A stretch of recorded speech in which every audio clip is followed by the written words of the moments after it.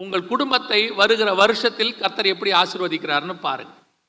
நீங்கள் கொஞ்சத்தில் உண்மையாக இருந்தால் கர்த்தர் என்ன செய்வாராம்? அநேகத்தின் மேல் அதிகாரியை வைப்பார். இந்த தீர்மானத்தை முதல்ல எடுங்க. வீட்டில் ஜெபம் இருக்கணும். தூப வர்க்கம் யோசிச்சு பாருங்க. நோவா பேழையை விட்டு வெளியே வரார். வந்த உடனே பலி செலுத்துறாரு.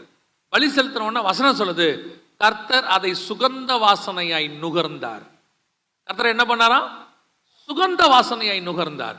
அந்த நுகர்ந்த உடனே அவர் சொல்றாரு, இனி நான் பூமியை அழிக்க மாட்டேன்.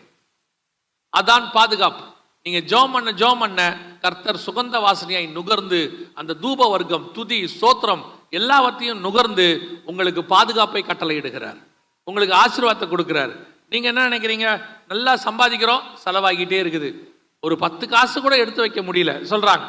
பொத்தல் பை மாதிரி போய்கிட்டே இருக்குது. நல்லா ஆண்டவருக்கு ஒரு பேர் இருக்குது, ஜெபத்தை கேட்கிறவரே மாம்சமான யாவரும் இடத்தில் வருவார்கள். இன்னைக்கு ஒரு அரை மணி நேரம் பிரேயர். அந்த காலத்தில் இப்போ ஐயா சொன்னார், இந்த சர்ச்சு 105 வருஷத்துக்கு முன்னாடியிலிருந்து இருக்குது, 105 வருஷமா இருக்குது இந்த சர்ச்சுன்னு. இந்த சர்ச்செல்லாம் அந்த பரிசுத்தவான்கள் எப்படி கட்டியிருப்பாங்க நீங்க நினைக்கிறீங்க? எப்படி ஸ்தாபிச்சிருப்பாங்க? திறமையினால இல்ல, முழங்காலினால, ஜபத்தினால. 105 வருஷம் இந்த நாட்டுக்குள்ள ஒரு சர்ச்சு நிக்குதுன்னா அது யாரோடைய திறமையும் கிடையாது, கர்த்தருடைய கிருபை. அதுக்கு பின்னாடி பரிசுத்தவான்களுடைய ஜெபம். எத்தனையோ பரிசுத்தவான்கள் ஜெபம் தான் இன்னைக்கு சபைகள் நிக்குது. அன்னைக்கு ஒரு சில ஊழியக்காரங்களோட பழகி இருக்கிறேன். வயசானவங்க, அவங்களுக்கு ரொம்ப படிப்பறிவுலாம் இருக்காது. அவங்க இன்னைக்கு இருக்கிற மாதிரி பைபிள் காலேஜ்லாம் முடிச்சவங்கலாம் கிடையாது. ஆனால் அவங்களுக்கு ஒன்று தெரியும். அவங்க சபைக்கு போகும்போது நான் பார்த்துருக்கிறேன், 3 மணிக்கு எந்திரிப்பார். ஒரு பரிசுத்தவானை பார்த்தேன், ஒரு ஊழியக்காரரை 3 மணிக்கு எந்திரிச்சார்.